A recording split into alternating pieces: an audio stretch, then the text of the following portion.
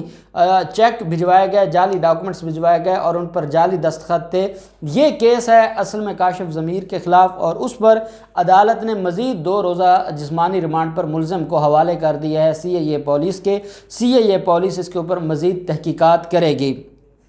پھر ہم بات کر لیتے ہیں جو معاملہ ہے سبطین خان کا۔ وہ صوبائی وزیر ہیں اور ان کے خلاف ایلیگیشن یہ ہے کہ غیر قانونی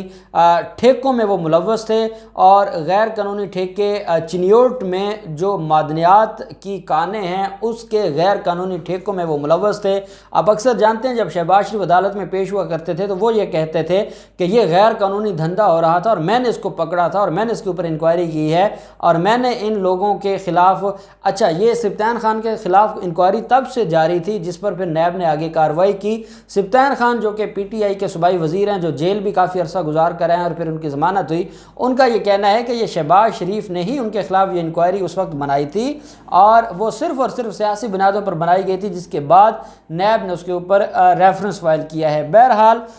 ڈیوٹی جج ہیں شیخ سجاد صاحب، ان کی عدالت میں پیش کیا گیا، باقی ملزمان کو بھی، اور سبطین خان بھی عدالت میں پیش ہوئے۔ ان کے اوپر فرد جرم عائد ہونی ہے۔ ایک ملزم ہے جو پیش نہیں ہو رہا تھا اور اس کے حد تک اس کو اشتہاری ڈکلیئر کرنے کی کارروائی چاہ رہی تھی، کیونکہ جب تک سارے ملزمان پیش نہ ہو جائیں تب تک فرد جرم کی کارروائی نہیں ہوتی، یا وہ پیش ہوں گے یا ان کی حد تک فرد جرم عائد ہوگا، یا ان کی حد تک جو فرد جرم کی کارروائی ہے وہ روک دی جائے گی، اور جو پیش نہیں ہوگا اس کو اشتہاری ڈکلیئر کرنے کے بعد باقیوں پر فرد جرم عائد کی جائے گی۔ جیسے آپ دیکھتے ہیں توشہ خانہ ریفرنس میں نواز شریف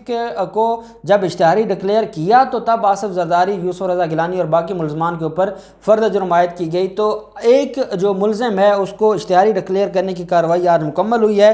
اب 17 جولائی کے لیے عدالت نے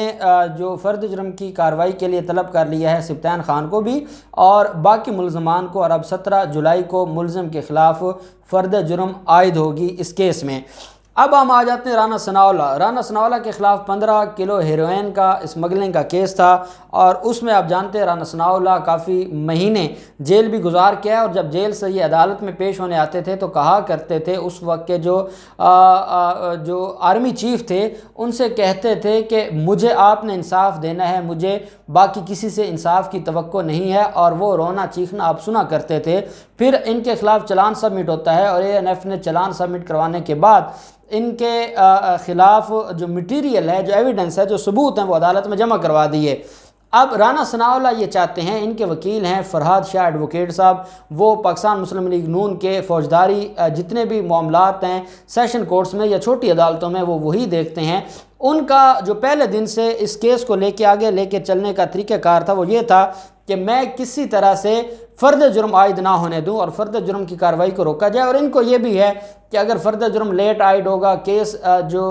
پینڈنگ ہوتا جائے گا، اور ایک وقت آئے گا کہ دوبارہ ہماری حکومت آ سکتی ہے اور ہم اپنی حکومت میں پھر سارے معاملات کو دیکھ سکتے ہیں، اور یہی وجہ ہے کہ وہ فرد جرم عائد نہیں ہو رہی تھی۔ پھر اس کے بعد آپ نے دیکھا کہ شاکر حسن صاحب جج تھے، ان کا ٹرانسفر کر دیا جاتا ہے۔ اس پر سپریم کورٹ آف پاکستان میں اٹارنی جنرل آف پاکستان نے یہ فرمایا تھا کہ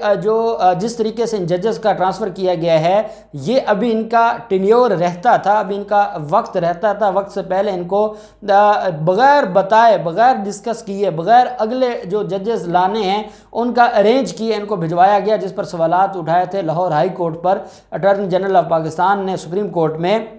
اور سپریم کورٹ نے یہ حکم دیا تھا کہ جلد از جلد جو ججز ہیں ان کو تعینات کیا جائے۔ آج کیونکہ جب یہ پیش ہوتے ہیں اور وہاں پر جو ڈیوٹی جج تھے